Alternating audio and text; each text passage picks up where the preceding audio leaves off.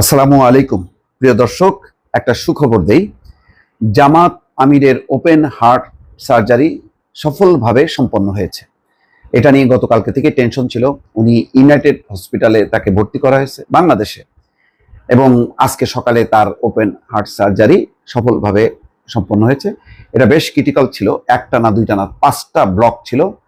ফলে open heart সার্জারিতেই যেতে হয়েছে ওনাকে। ওনার যে বয়স, তার শরীর স্বাস্থ্য সব মিলায় গত কিছুদিন থেকে ভালো যাচ্ছিল না। তারপরেও কিন্তু তিনি একেবারে ঘরবদ্ধ ছিলেন তা না। মাইলস্টোনের সেই ট্র্যাজেডির পর তিনি ছুটে গিয়েছেন সেখানে অসুস্থ শরীর নিয়ে, এবং তার আগে দেখেছেন মহাসমাবেশে তিনি কিভাবে পড়ে গেছেন, 2 দফা চেষ্টা করে দাঁড়াতে পারেননি। পরে তিনি স্টেজের উপরই বসে বসে বক্তব্য শেষ করেন, এবং এটা সাংঘাতিক রকম সর্বমহলে প্রশংসিত হয়েছে। তারপর থেকেই ধারণা করা হচ্ছিল যে তার নিশ্চয়ই এমন কোনো পরিস্থিতি শরীরের যেটা তার অপারেশন দরকার। দেখেন,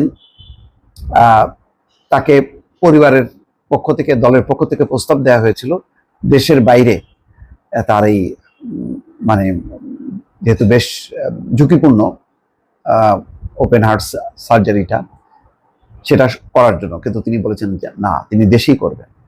এবং দেখেন, একটা কত, যদি তিনি দেশপ্রেমিক না হতেন তাহলে কিন্তু তিনি চলে যেতেন। এর থেকেও অনেক ছোটখাটো অসুস্থতা নিয়ে আমাদের রাজনীতিকরা, আমাদের মানে কি বলে, সুশীল সমাজের প্রতিনিধি বলি, যাই বলি না কেন, ধনবান, অর্থবান বা ক্ষমতাবানরা দৌড় দেন।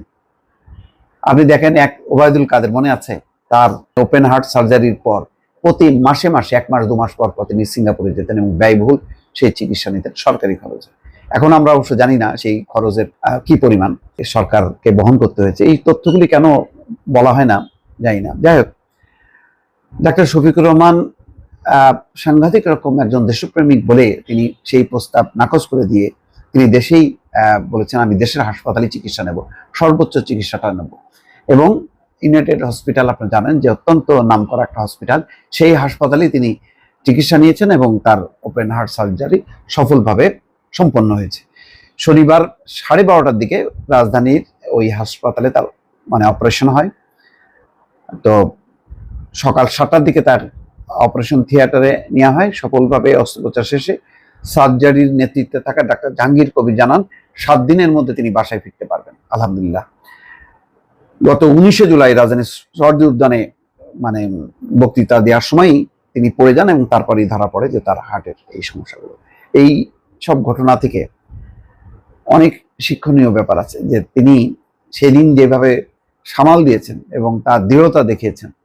তার পরবর্তী সময় তার যখন কি ডিটেক্ট হলো যে তার 5টা ব্লক আছে, ওপেন হার্ট সার্জারি করতে হবে এবং বিদেশে যাওয়ার প্রস্তাব, সেটা নাকচ করে দিয়ে তিনি দেশের হাসপাতালেই চিকিৎসাটা নিলেন। এটাও কিন্তু একটা বড় শিক্ষণীয়। ভবিষ্যতে যারা রাজনীতি করবেন তাদেরকে এরকম দেশমুখী এবং দেশপ্রেমিক তাদেরকে হতে হবে। এটাই হচ্ছে বড় শিক্ষা যেটা দিয়ে গেলেন ডাক্তার শফিকুর রহমান। ভালো থাকবেন। আল্লাহ হাফেজ।